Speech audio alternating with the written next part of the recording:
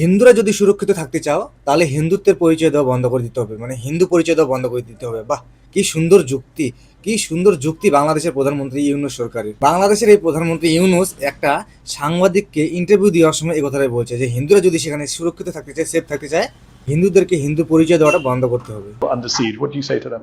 My message to them always when I meet them as a community, don't go back and say I'm a Hindu, so protect me.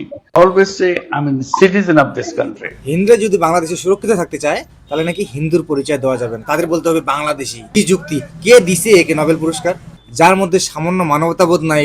বাহ, হিন্দুরা হিন্দুদের পরিচয় দিবে না? কি হিন্দুরা কি স্বাধীনভাবে তারা কি তাদের ধর্ম পালন করতে পারবে না? হ্যাঁ, যদি কোনো ধর্ম পালন করে তাহলে বোঝা যাবে যে সে হিন্দু, তাহলে সে সেটা করতে পারবে না। মানে এক কথায় হিন্দুরা সেখানে কি নিজের ধর্ম পালন করতে পারবে না? হিন্দুরা নিজের ধর্ম পালন করবে, এরপরও কিভাবে হিন্দুদেরকে আপনি সিকিউরিটি দিতে পারেন? এটাই হলো সবচেয়ে বড় পরিচয়, এটা হলো প্রধানমন্ত্রী পরিচয়, এটা হলো মানবতার পরিচয়। কি মেন্টালিটি লোকটার, কে যে বসাইলে বাংলাদেশের প্রধানমন্ত্রীতে, কোন গন্ডমূর্খরা আরে গন্ডমূর্খকে বসাইলো। মাঝে মাঝে আমি ভাবতেও আশ্চর্য হয় যে বাংলাদেশের গন্ডমূর্খ এবং এই প্রধানমন্ত্রীর ইউনূসকে নিয়ে। বন্ধুরা, অবশ্যই কিন্তু আপনাদের দুইটা মূল্যবান বক্তব্য এই ডক্টর ইউনূসের জন্য ছেড়ে যাবেন।